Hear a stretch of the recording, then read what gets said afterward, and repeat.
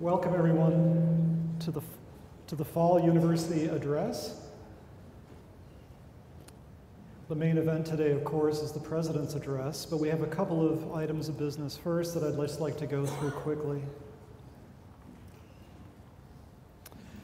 Our agenda today will be approving the fall faculty, or the spring faculty minutes from our last meeting in spring, previous semester. You should have received these by email. May I have a motion to approve? Thank you, and a second I think I saw out there as well. All in favor of the minutes, please say aye. Aye. Passed by acclamation, I believe.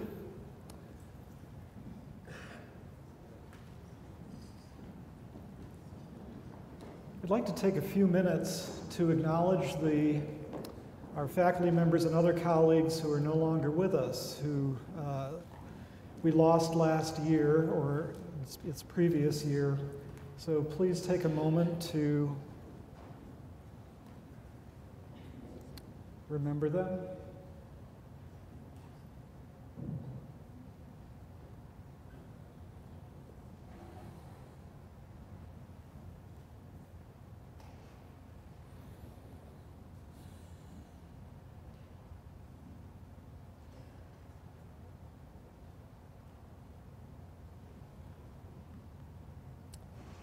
Thank you. And now for our main event, I'd like to welcome President Rodriguez up for the Fall University Address.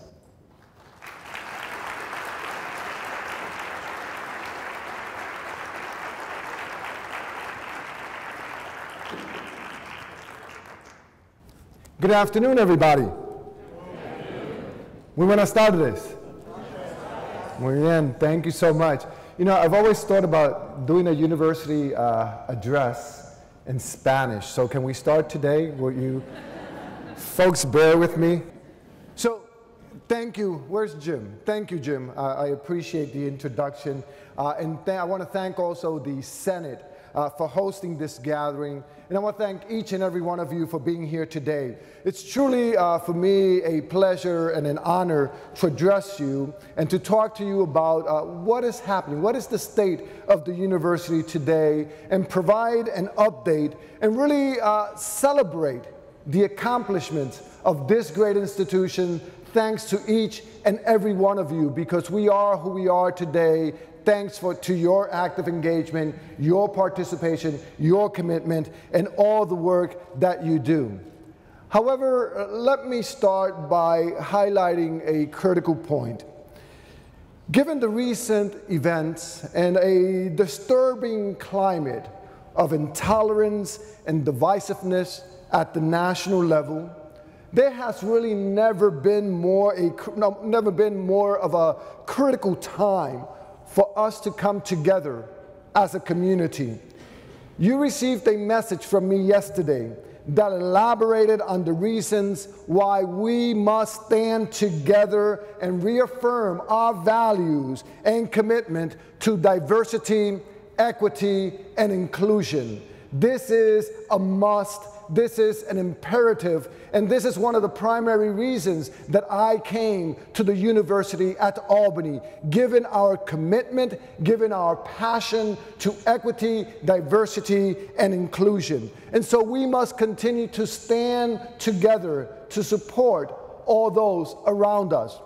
You also just recently received an email from the Chief of Police, the Ualbany Police, in which he focuses on safety and well-being among our campus community. There he highlights three very important issues: education, prevention, and mitigation. And one of our top priorities at the University at Albany is to watch for the health, the safety, and the well-being of our campus community. So, as I said in my memo yesterday, as we heal from the tragic events that have transpired in recent days, let us honor the victims and their families and their friends by coming together to support, to help, to care, and lend a helping hand to one another. And let's always stand up for what is right. This is the moral obligation of all of us in this room, and this is an imperative for the university at Albany. So thank you for everything that you do to support all those around you and to make sure that everyone understands that this is a community where everyone feels welcomed and everyone is welcome. So thank you very much for all that you do.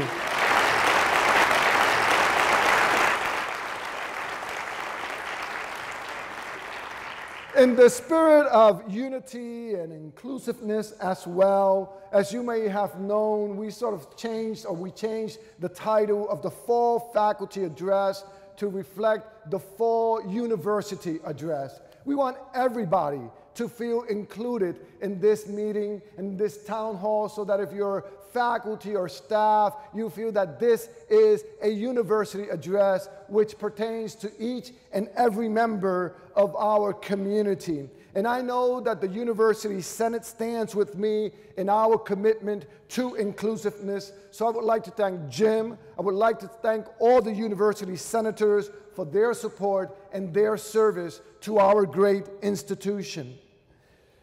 Now, before we talk about the bigger picture at the university at Albany, and that's how we can continue to work together as a community, there are a few updates that I would like to bring to your attention. First, I believe you all know by now that our provost, Dr. Jim Steller, will return to the faculty at the end of this semester. And so I would like to take an opportunity now for us to collectively thank Jim for his service as provost and interim president at the University at Albany. Thank you, Jim.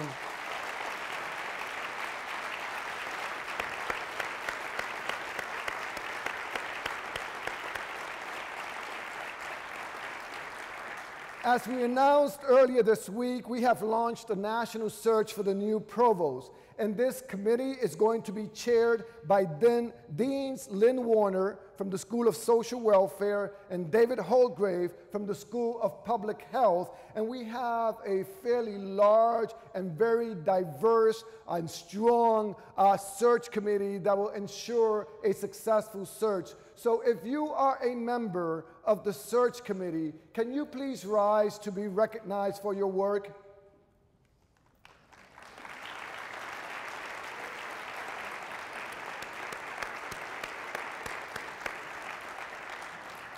Again, thank you for what I strongly believe will be a very successful search.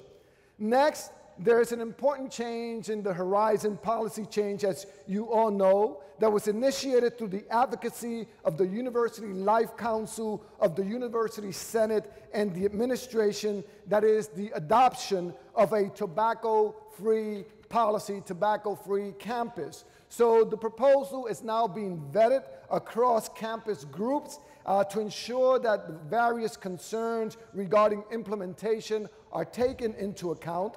So please let your concerns and ideas be known, but the timeline to put this in place is the beginning of 2019, and Ualbany henceforth will be a tobacco-free campus.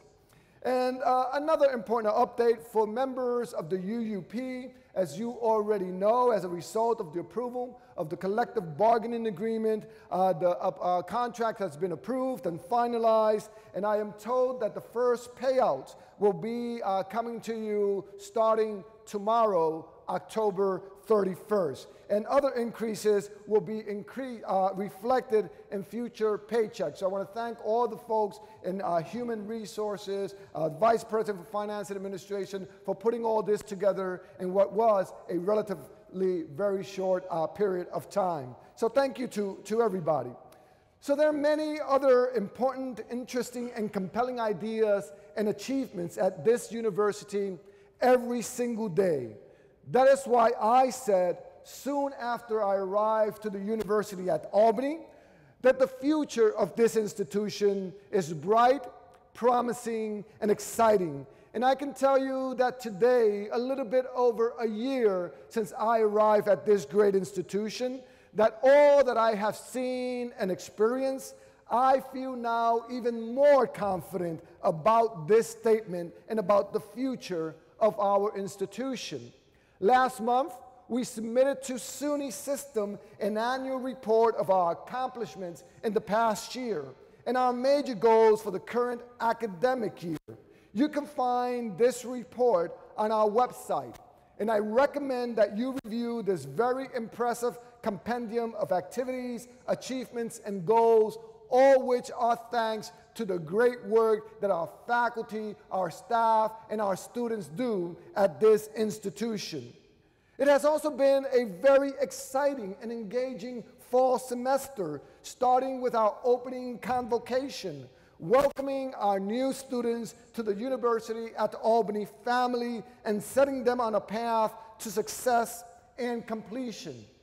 Also, in early September, we had what I hope will be a new tradition at Ualbany, the faculty staff welcome at Casey Stadium, and this is all about building communities and strengthening our family relationships. So we hope to see you there at future events. We continue to enhance our offerings in hands-on learning, whether through undergraduate research, internships, and study abroad, and we're making great achievements in this area as well. And we are also educating the next generation of global leaders with amazing training opportunities and a new minor in leadership. And of course, we could have not been more proud last spring when our men's lacrosse team became the first SUNY Division I team to be ranked #1 in the nation and to make it to the NCAA Final Four. This is indeed a tremendous achievement, but in our great things continue to make us proud as our women's cross-country team just won its first America East title, and our women's soccer team plays Lowell on Sunday for the America East Championship. So it's not only about access, it's about success, it's about excellence as well, and these represent excellent activities at the University at Albany. As you know, another point of pride of this great institution is that 35% of our undergraduate students identify as underrepresented minority students, and 31% of our students are the first in their families to attend college. As a consequence of great accomplishments in this area as well, we were lauded by the Education Trust as a top 10 performing institution for Latino and Latina student success. This fall, Washington Monthly ranked Ualbany in the top 10% among the nation's public and private universities for improving student social mobility. And we were recently awarded a 2018 Higher Education Excellence in Diversity Award, recognizing Ualbany's outstanding commitment to diversity and inclusion. And just last week, we received several honors at SUNY's Outstanding Student Affairs Program Awards for innovative and high-impact programs that are making a difference in the lives of our students and their educational experiences. We are indeed proud of these recognitions, and we applaud all the folks in this room and in this university that have made these achievements possible, because the university is helping open doors of opportunity for our students. What greater achievement than this? Another way we are enhancing this university is through celebrating and marking significant milestones. For example, last spring, I was honored that the university came together for an inauguration that marked the beginning of a new chapter in the university's history. In June, I attended a celebration in Japan that marked the 40th anniversary of Ualbany's partnership with Kansai Gaidai University. This long-standing partnership has been significant, with an exchange of nearly 1,000 Ualbany students going to Japan and 900 students from Kansai Gadai being received here over the past 4 decades. This is a strong commitment to partnerships and internationalization. We recently celebrated the 25th anniversary of our College of Arts and Sciences. Feliz cumpleaños, Elga. An amazing community of scholars and students with numerous performances, lectures, and exhibits. Another major event was the inaugural Albany Book Festival, led by our renowned New York State Writers Institute. And this was an extraordinary success, with over 5,000 attendees and an amazing array of national and local authors, including Doris Kearns Goodwin and Ualbany alumnus Gregory Maguire. What a significant accomplishment for our institution. And in the festival, we also inducted to the New York State writer, Colson Whitehead, and state poet Alicia Ostreicher. We have the privilege as a state institution to be able to name the state poet and author.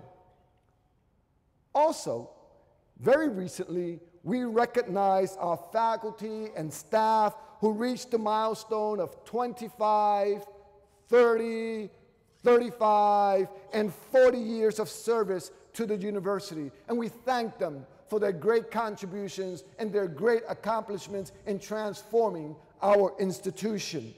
We also celebrated earlier this month a wonderful celebration of the 50th anniversary of the Educational Opportunity Program, or EOP.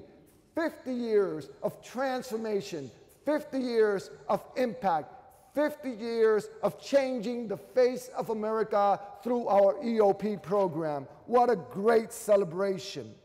And we also recently honored the 50th anniversary of our nationally renowned School of Criminal Justice, which has the second-ranked graduate program in the nation and an extremely distinguished array of faculty members and alumni. Indeed, a whole series of celebrations. And of course, what a fabulous celebration of our homecoming, campaign launch, and open house, with 2,000 alumni and friends participating in this fabulous event at the University at Albany. And if you need more reasons to believe that this is our time, please take a look at this.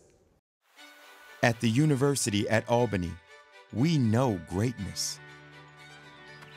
It's in the air here.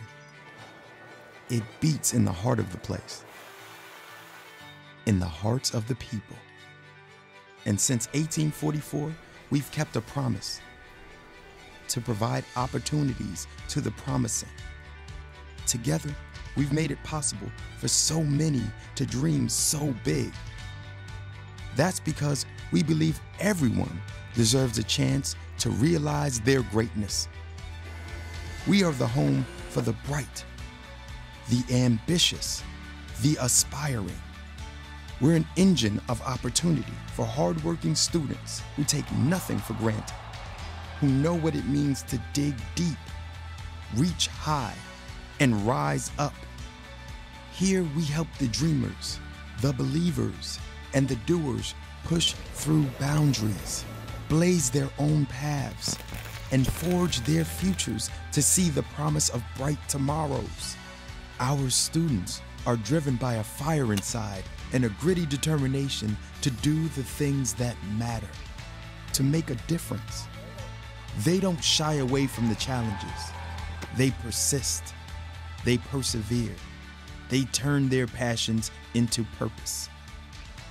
They seize upon every chance to be better, to shine, and they make no apologies in chasing down their dreams. The world needs greatness, and these are the people, the Great Danes, who will answer the call. And we'll be right here with them, for them, because for more than 170 years, it's been a promise kept, and one that we'll keep for many years to come, because they are our mission. Now is our moment, and this is our time.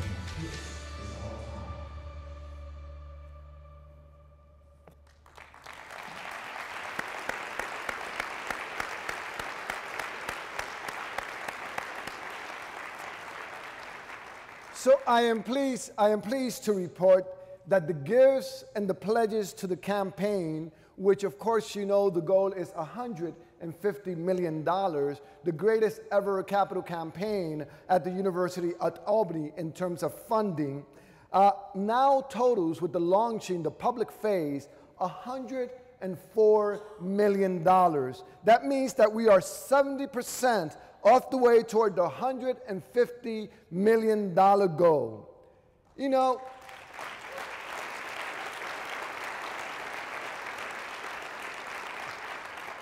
and one of the things, one of the prides for the institution has been the commitment of our faculty and our staff to contribute to this capital campaign. And so now more than $5 million of our campaign totals are the results of gifts from faculty and staff. So please give yourselves a round of applause for your contributions. And your gifts will increase scholarships and fellowships, expand internships and study abroad, and support academic programs and research. As you also know, last week, the Ualbany family came together to make 2,045 gifts. Actually, I think it's now 2,060 gifts, and 60 gifts in a 48-hour of the campaign kickoff challenge. As you know, our goal was 1844. We ended up in 2,065, raising over $100,000 and securing a $1 million gift from a foundation board member who challenged us to achieve this goal. So again, a great accomplishment for our family, for our philanthropic efforts, and for the University at Albany. So I want to thank each and every member of our community who has contributed to our capital campaign. Of course, I would be remiss to say that if you have not yet contributed, we welcome each and every check, direct deposit, Visa, MasterCard. Talk too far, D. And also, so as we continue to move forward, additional events keep coming up, right? So later today, I will be attending the 25th anniversary celebration of the Center for Technology in Government. Do you see this? There was a lot of centers and a lot of initiatives created all at the same time, whether it be 25 years or 50 years, but it's a great celebration, and it's also great to be here to celebrate with all of you. And also, coming soon, in January of 2019, the University at Albany will begin a year-long celebration of our Anniversario 175, our 175th anniversary, celebrating the impacts and contributions of this great institution of higher education. So many important initiatives and events are forthcoming, so please stay tuned. So clearly, there is a lot to celebrate, including the fact that interest in UAlbany is at an all-time high. This year, we received a record-breaking 27,000 plus applications for a freshman class of 2,700 students.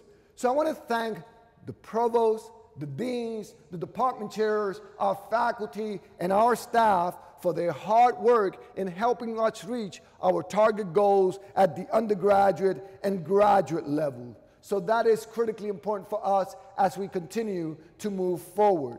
Also, this past summer, I asked our Vice President, Mike Christakis, our VP for Student Affairs, Todd Foreman, our Vice President for Finance and Administration, and our Provost, Jim Steller, to study our optimal size as an institution. They took a broad look among other colleagues at how we can grow within existing resources, physical, programmatic, and in terms of faculty and staff. And their conclusion was that we can potentially grow our enrollment by about anywhere from 1% to 2% a year for over 5 years. This would take us to just over 19,000 students in about 5 years, and currently we are at 17,937 students, give or take a few. And so that is sort of our target goal, and we can have a lot of conversations about this because we need to think about the specific details, the mix between undergraduate and graduate students, online programs versus face-to-face instructional delivery, and which programs will grow and show promise for growth. All these factors will impact how we move towards that 19,000 or so students. I believe that we can continue to grow as an institution in a very strategic manner, and I believe that every school and every college at the University at Albany can contribute and will contribute to that growth. So in order to develop a more systematic and holistic approach and to build our success in this area, as we announced earlier this month, enrollment management will now move from academic affairs to student affairs. This change will create a more holistic and synergistic approach to the student life cycle at UAlbany, and I believe it would allow us to take strategic enrollment management to the next level. So thank you to Mike Christakis and all his staff for taking on this very, very important challenge. Another way we are enhancing the quality of this university is through our facilities. Last weekend, we inaugurated the brand new Campus Center Auditorium at the University Showcase for Homecoming Weekend. This is a spectacular auditorium. If you haven't seen it, please pay a visit.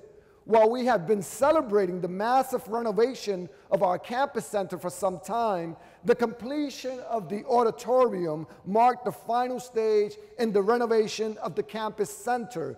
What an amazing achievement, and what an extraordinary new facility for our institution. And if you look towards the east, you will see the outline of our emerging technology and entrepreneurship complex, which is under construction next door at the Harriman campus. And this building is scheduled for occupancy in summer of 2021, assuming no major issues along the way. And I always have to make that caveat, right, Todd? And John, right? Okay, good. As you know, our new engineering building, the former Albany High School, is being renovated on the downtown campus. And we are on track to move into the first half of this building by late 2021. So we are renovating half of the building and then waiting for one of you to write a $25 million check to renovate the other half. And Kim Boyer is affirmatively shaking his head, right? So there you go.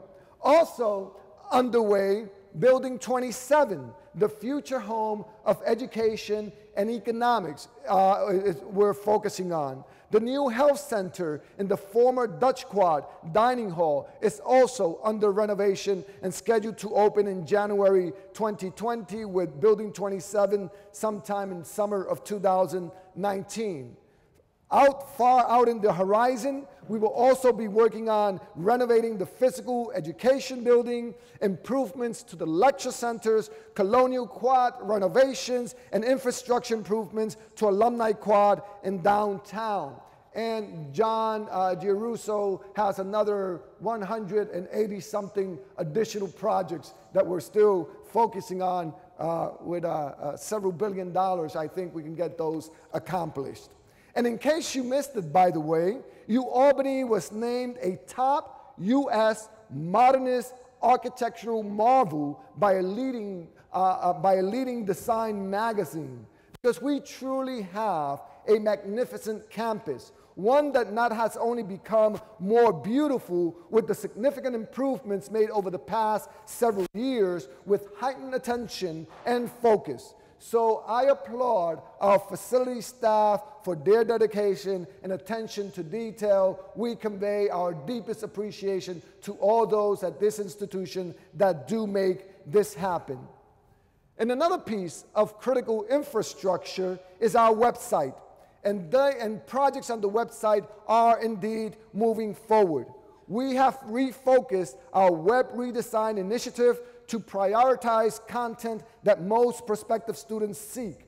So we are right now working on the web experience of academic programs on our website and have launched and have retained, I should say, the help of a leading content marketing agency to assist us in this initiative. And the goal is that we will continue to move quite rapidly in this process. And as many of you know, we have a new brand, and the marketing team is in the final stages of production, but we are going to give you an exclusive sneak peek right now on where we are. And our new brand expression is Unleash Greatness. It is a call to action for students, faculty, and staff, to our entire community, for each of us to seize the moment to realize our greatness. You will be seeing much more of this as we move along. And of course, another critical initiative, it's our Middle States accreditation. And that is another activity that is well underway, and we're developing our self-study for reaccreditation. And this is being led by Janet Altarriba, our Vice Provost and Dean for Undergraduate Education, and Jason Lane, Interim Dean in the School of Education. And this is a critical process that requires the work across many groups across our campus community. And I thank all those that have volunteered to serve. And remember, I said volunteered to serve in developing and generating our Middle States self-study. In fact, if you are now engaged in this work and you are part of this committee, I ask you to please stand so you can be recognized for your great work as well.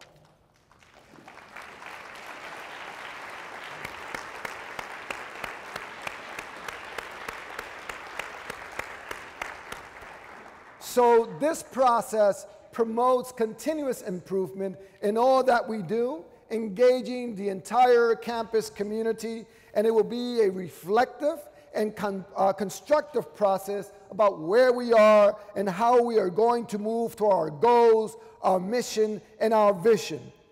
And so this is part, again, that is closely linked with our strategic plan, which not long ago, I attended a reception for new faculty, actually in the College of Arts and Sciences.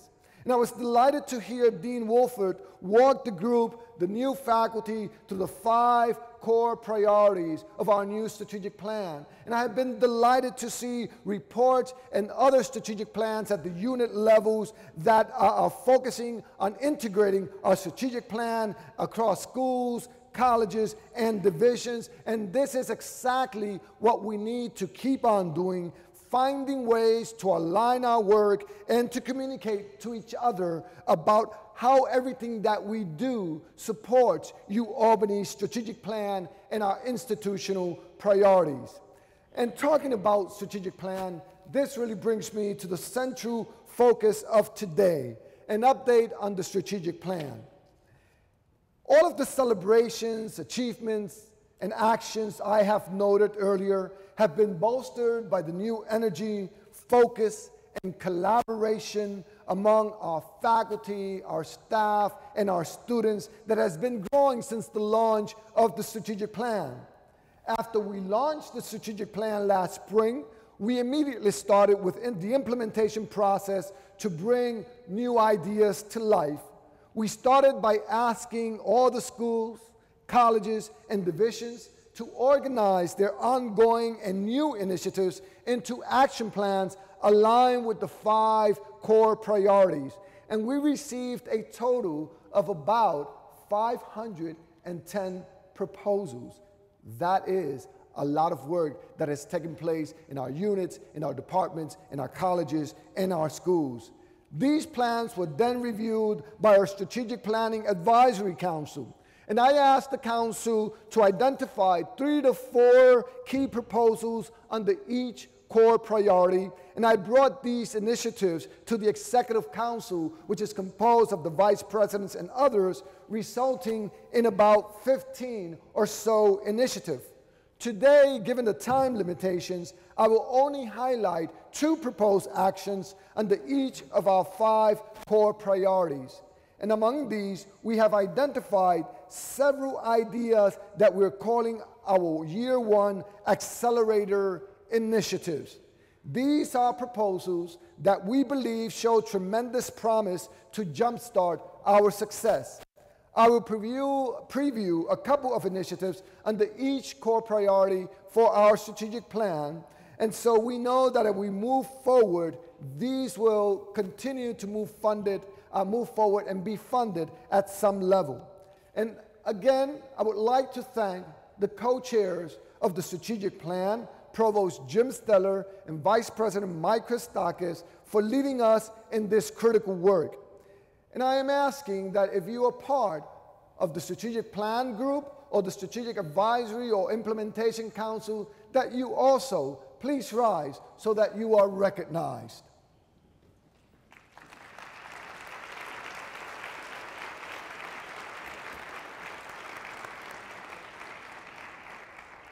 And one of the reasons I'm asking people to stand and be recognized is because people have devoted a huge amount of time, work, and effort to all these initiatives. And the other reason is to emphasize that this is a collective effort, that this is the work of our community, that this is the work of our university. And in order to be successful, we need each and every one of you to be part of this community. So let us start with student success. The first accelerator under our student success priority is a set of initiatives focusing on hands-on, high-impact learning experiences for our students. The first component is to really build and strengthen our new Center for Undergraduate Research and Creative Engagement, or called CURSE, with some funding to allow students to present their research work at regional and national conferences. The second component is the Great Danes Internship Fund to increase the number of students who take advantage of internship experiences at Ualbany. The third leg of our high-impact practice accelerator is the Great Dane Community Service Scholars Program, which will be coordinated through our recently inaugurated Center for Leadership and Service. The other first-year accelerator under student success is the establishment of a graduate school.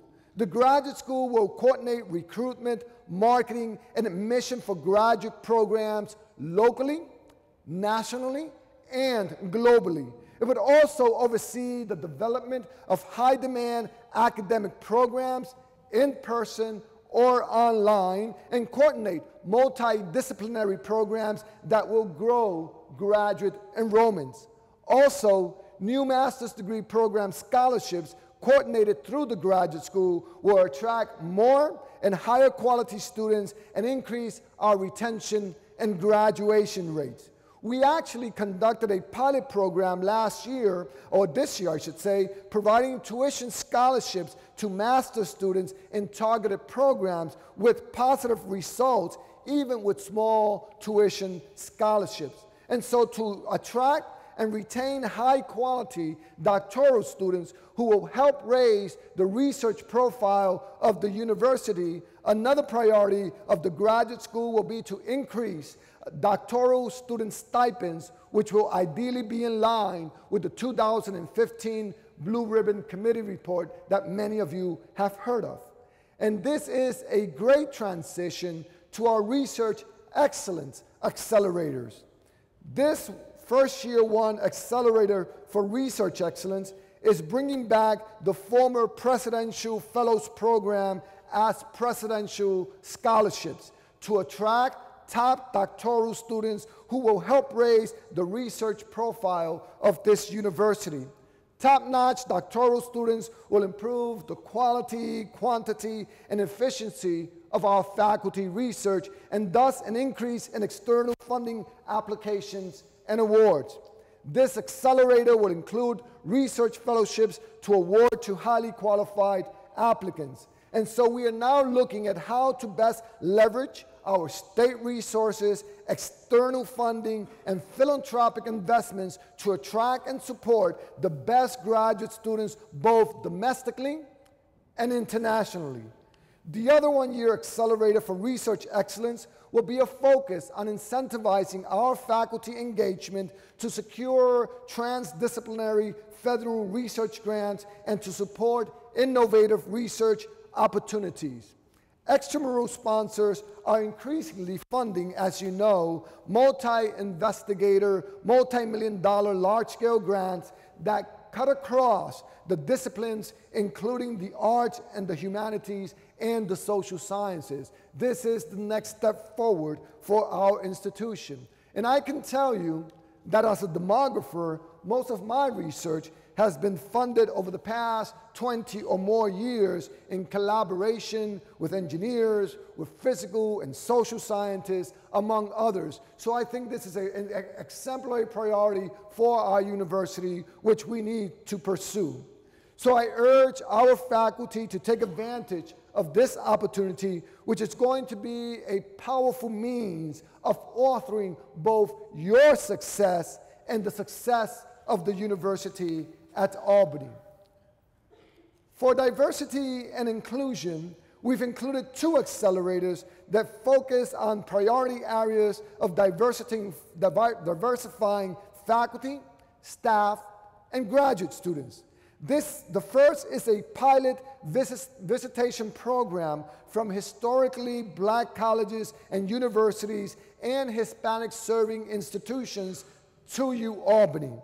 This is a best practice identified through over 20 years of research, of funded research by the National Science Foundation, which we believe will increase the number of underrepresented minority students completing graduate degrees at Ualbany. To recruit the best and brightest African American, Latino and Latina, and Native American students, we will also host a 2-day visitation program for top national prospects from both HBCUs and HSIs. And we will also hold graduate application sessions or boot camps, if you will, for high-performing Ualbany underrepresented minority students to inform them about our graduate programs and the application process. Just think about this.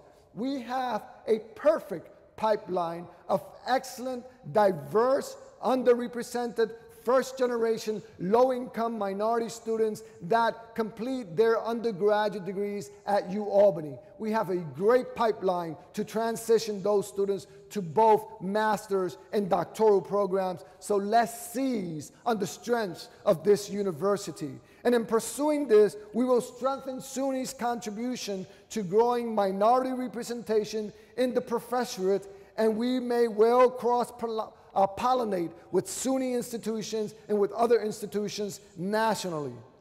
Think about this. Our diverse doctoral graduates, if we do this right, will have the potential to literally change the face of higher education landscape for the next generation or more. Just think about what an amazing contribution this could be and this will be with all your engagement and support. The other accelerator introduces a campus-wide mentoring program for faculty of color. The goal of this initiative is to increase success, satisfaction, and retention of faculty of color at Ualbany.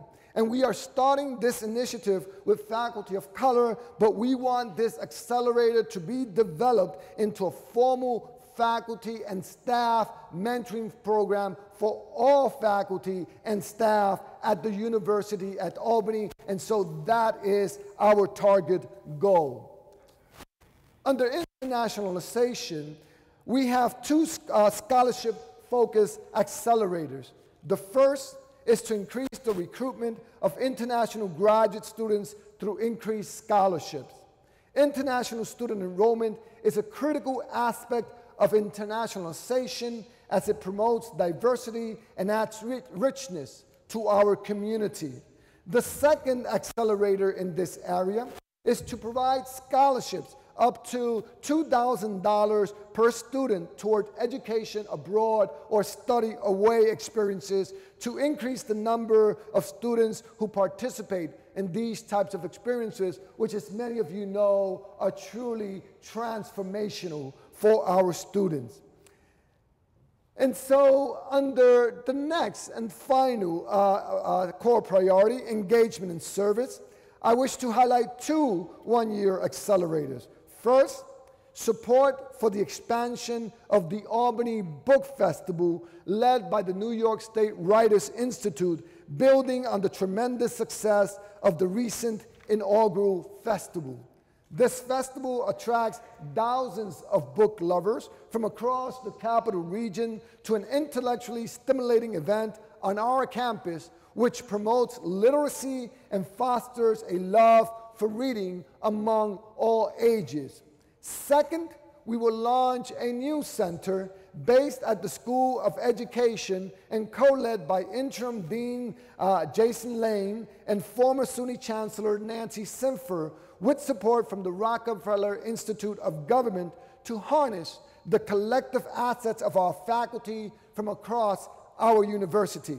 The center will take a systematic approach to closing equity gaps in schools and communities in the capital region through academic programming, research, and community engagement. Again, a very critical and important initiative for the university that not only focuses on engagement and service, but on building our research excellence and student success and building our pipelines to high schools as well. By the way, this photo here reminds me that we need to celebrate our students' remarkable 127,000 hours of community service annually. Think about this, 127,000 hours of community service annually. What an impact we're having on our communities. But this takes the leadership of our faculty and our staff who coordinate with our students to make this happen. So indeed, this is a community effort. So these represent our one-year accelerators, at least some preliminary ones, the signature of proposals for the first phase of our strategic plan implementation. Some of these proposals will be realized through reallocation of funding or refocusing what we already do. Others will require institutional funding, which we are already in the process of finalizing. And I would also like to see us keep the doors open to additional proposals by units, by faculty, or staff with support of our core institutional priorities. Therefore, I have asked our Vice President for Finance and Administration to set aside funding as well to consider additional proposals submitted by faculty, staff, and other units for areas that will be aligned with our core priorities and our strategic plan. And also remember, in terms of funding, that the $150 million target that we're pursuing through philanthropy is also to address key and important core priorities of our strategic plan. So we feel confident that we can continue to build on these strategies. And as we put these one-year accelerators and the action plans of the schools, colleges, and other units in place, we have a team which will be led by Jack Mahoney of Institutional Research, which is developing metrics to track our progress in each core priority. So tracking progress and accountability will be key areas that we will also pursue as we implement our strategic planning core priorities.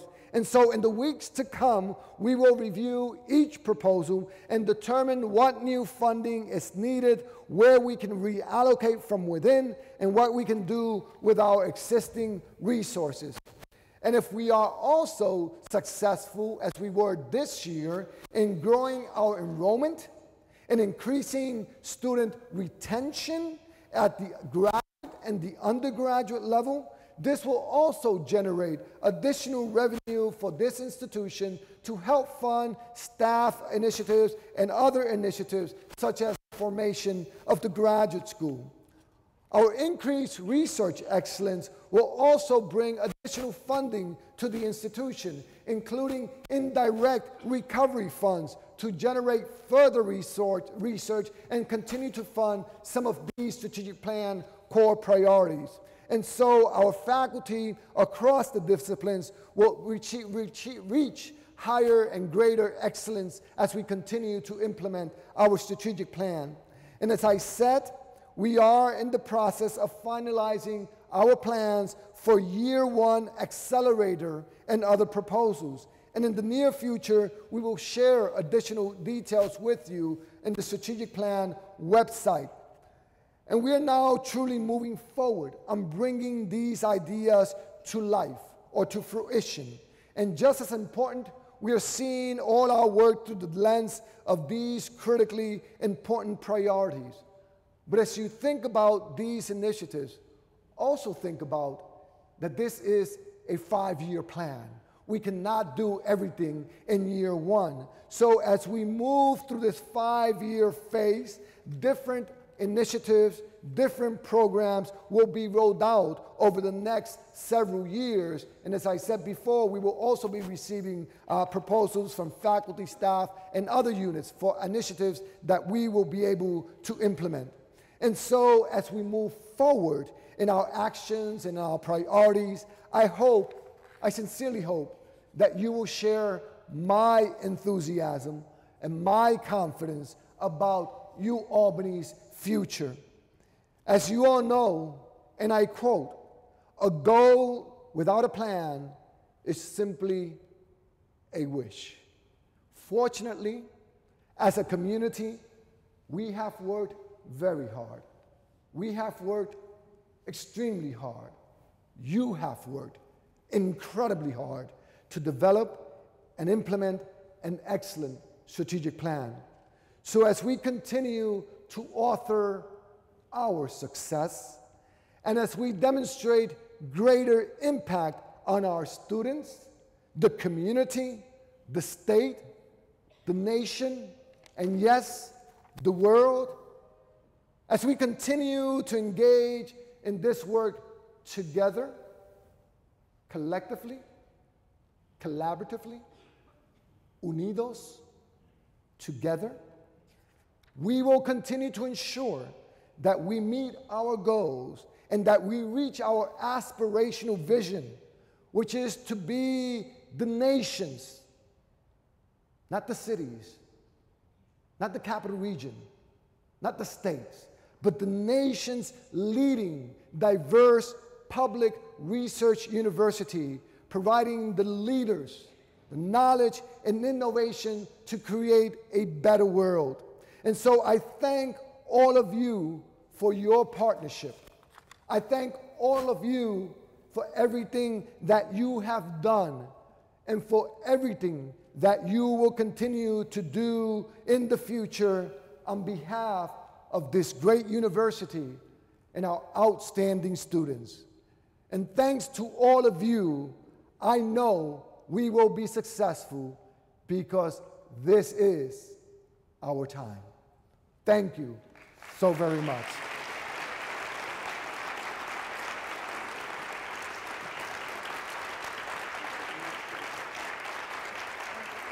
Some time for questions?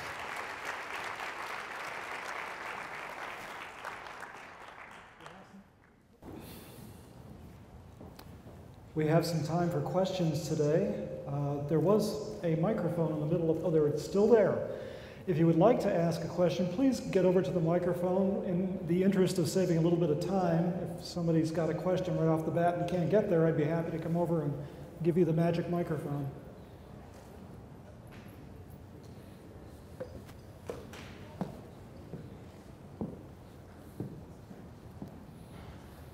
So Jim's going to the microphone there.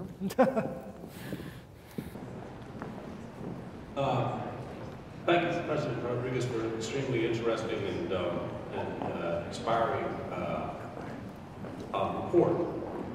I was listening to all the things about the strategic plan, a number of which sounded very promising, and I realized I had no sense of what was happening when. Is there going to be a single place on the website or elsewhere where there'll be a timeline for various initiatives? So if you're interested in staying at the graduate school or being part of a conversation about mentoring minority faculty, whatever, all the initiatives, one would know whether it was still on the back burner but coming along, or whether there was already a group working and so forth.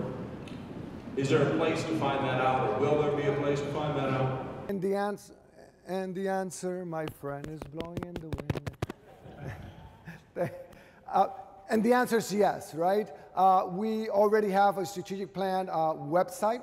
That website will be updated on a regular basis as we finalize the plans and identify the concrete funding for each of these initiatives. Those initiatives, the timeline, other proposed initiatives will be on the website, and you will be continuously updated regarding the plan that we are and how we're moving forward. There's also a strategic planning advisory committee, and along with Jack Mahoney, who will look at how we assess and how we measure progress. All that will be posted on our website, and we expect also to send communications to our faculty, staff, and students so that you know what the progress is being made. So once we finalize a variety of housekeeping things, including, of course, the most critical one, which is funding, we will be posting all those initiatives, yes. And others to come.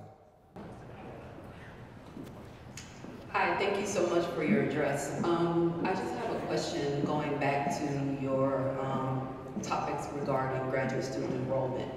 And I wanted to see what were the plans for including current graduate students in that process to bring in not only potential master's and PhD students from other institutions, but mainly from Ualbany.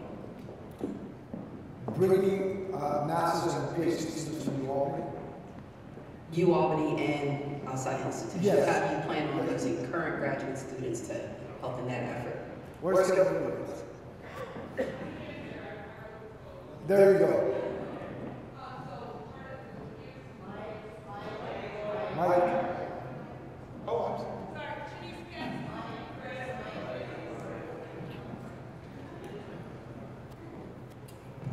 So part of the proposal for the boot camp as well as the visitation includes having student panels with current grad students as well as faculty panels. So we do plan to invite both faculty and current grad students to be part of those sessions.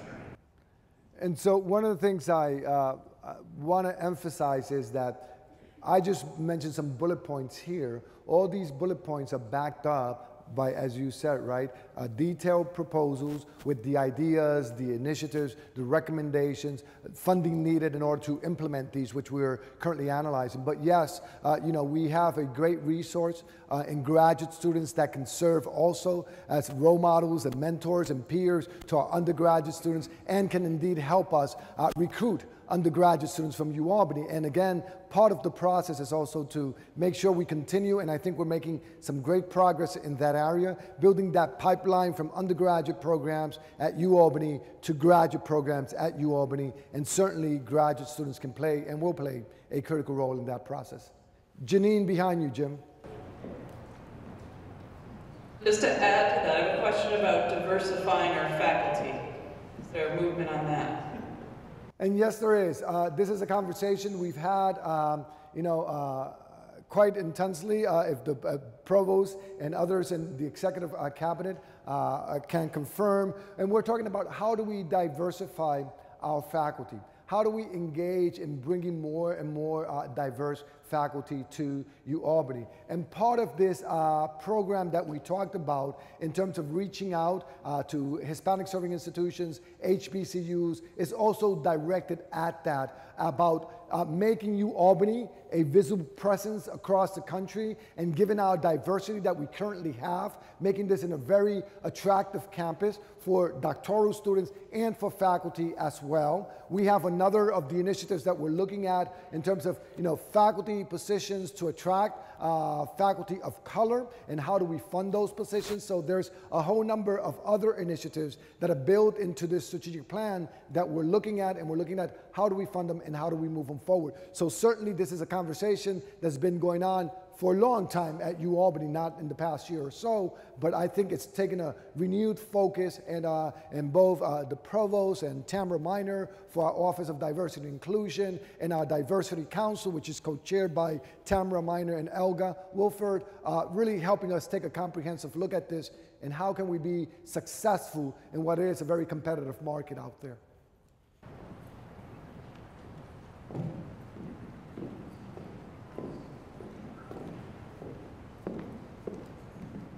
Thank you.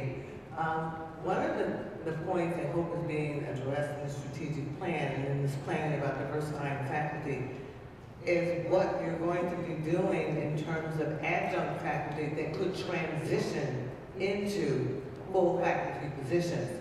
There's a large number of adjunct faculty here to add not only diversity, but also add a wide range of experience to the students at the university and the classes. And so my question is, in terms of planning, is there some plan, is there some way of looking forward, of looking at adjuncts and giving them additional support, possibly training to get them into and possibly viable for some of those positions? Again, this is a conversation that actually the University Senate has been having for quite a long time. There's a report put forth by the University Senate that we're constantly looking at and having conversations about. You know, and faculty at the University at Albany, whether you're adjunct, whether you're part-time or you're full-time, whether you're tenure track, tenured or non-tenure track, all these faculty play a critical role in the institutions of higher education, and certainly at Ualbany. A recent report that was released by a UUP study that was done nationwide shows that actually over 70%, I thought that was kind of high, but the report shows that over 70% of faculty are in the non-tenure track line. So clearly, we as an institution need to show and continue to show that we value, we support, and that we will continue to mentor and provide the resources that we can in order to continue to develop these faculty. As I mentioned yesterday in the College of Arts and Sciences, you know, one of my goals, and the provost and I have had many conversations about this, is to establish a program, a faculty affairs development program that will help us deal with faculty across all spectrums, including adjunct faculty, to provide better professional development opportunities, to provide more initiatives that will enhance and allow our faculty to grow, to become stronger at our institution, and certainly provide opportunities for all faculty at Ualbany, and certainly for adjunct faculty for mobility within the ranks. If I could just add to that for a second, the Senate is working with our contingent faculty to find a home on the Senate specifically for contingent issues. Virginia Yonkers, one of our long-term Senate participants, has been working on that. The Gov Council on Senate will be the home, probably, of this committee, but that's what we're working on right now. Are there any other questions for the President?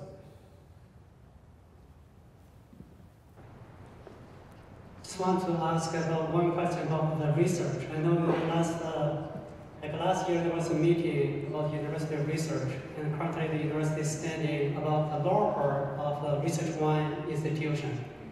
So I know that we have a greatness among faculty about research capacity, intelligence, and a lot of connections and partnership with communities. So I wonder how the university can better really engage the productivity of faculty and leverage our research profile.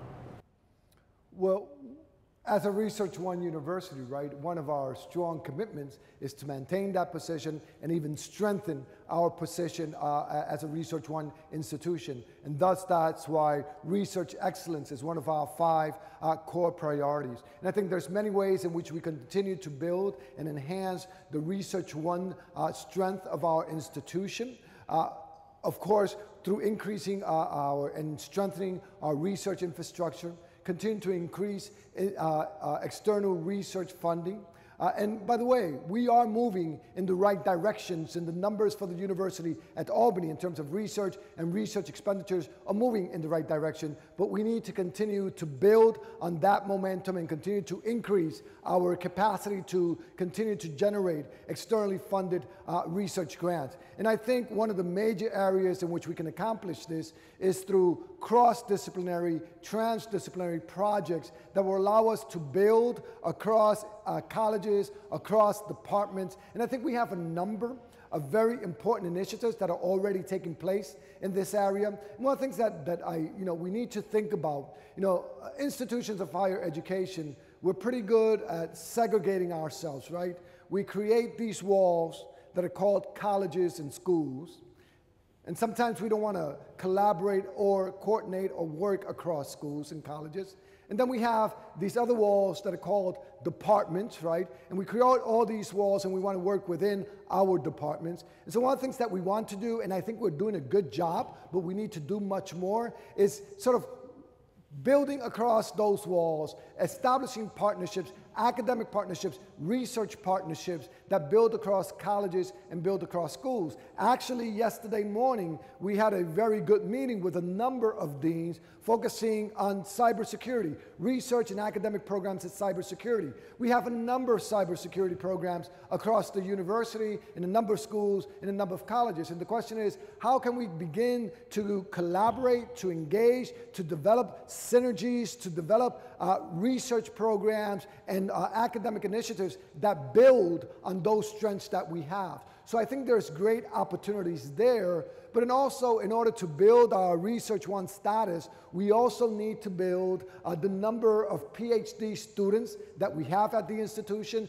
and the number of doctoral degrees, PhDs, that we award on a yearly basis. That's another measure of our Research One status. And so I think we need to work on both of these initiatives. I think we're making great progress, but we certainly need to move in that area. And Jim Diaz, is there anything that you would like to add? He said no.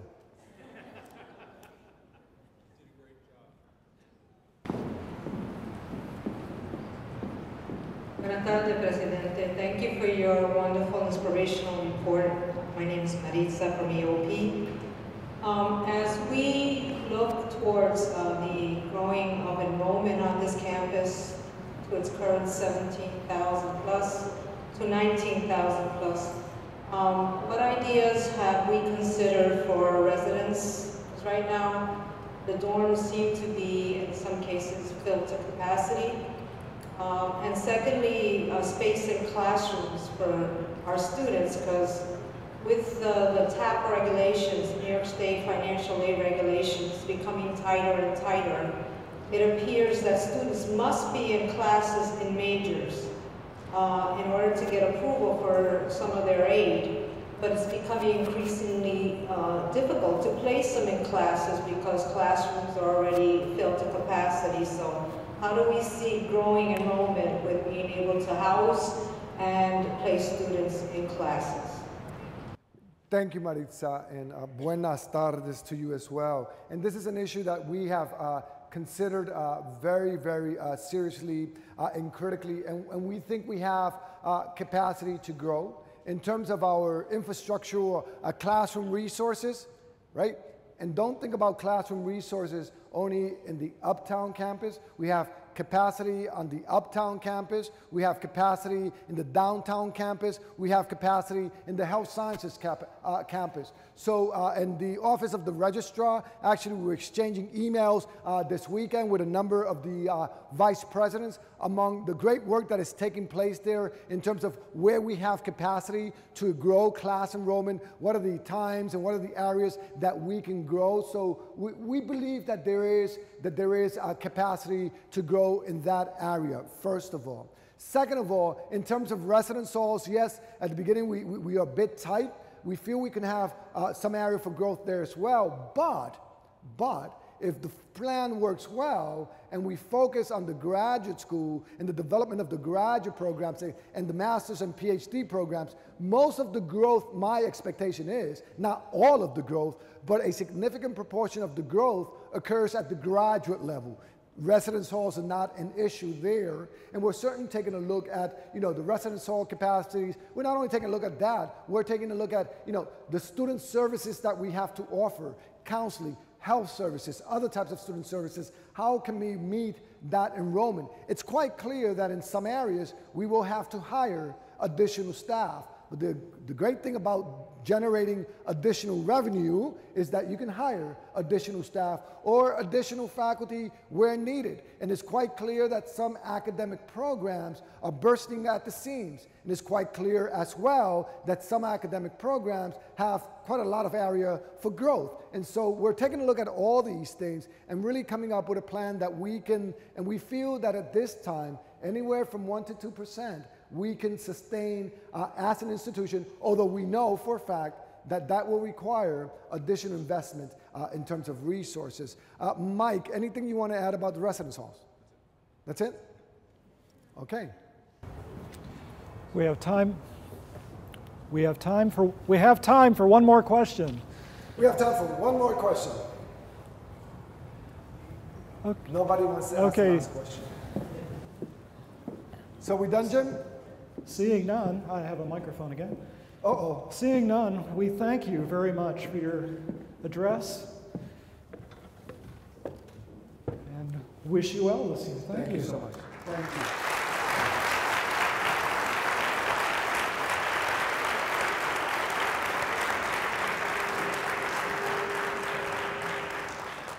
Just two really quick announcements.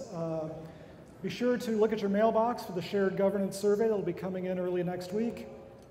And also, Tuesday, Election Day, please vote. And thank you, we're adjourned. Take care.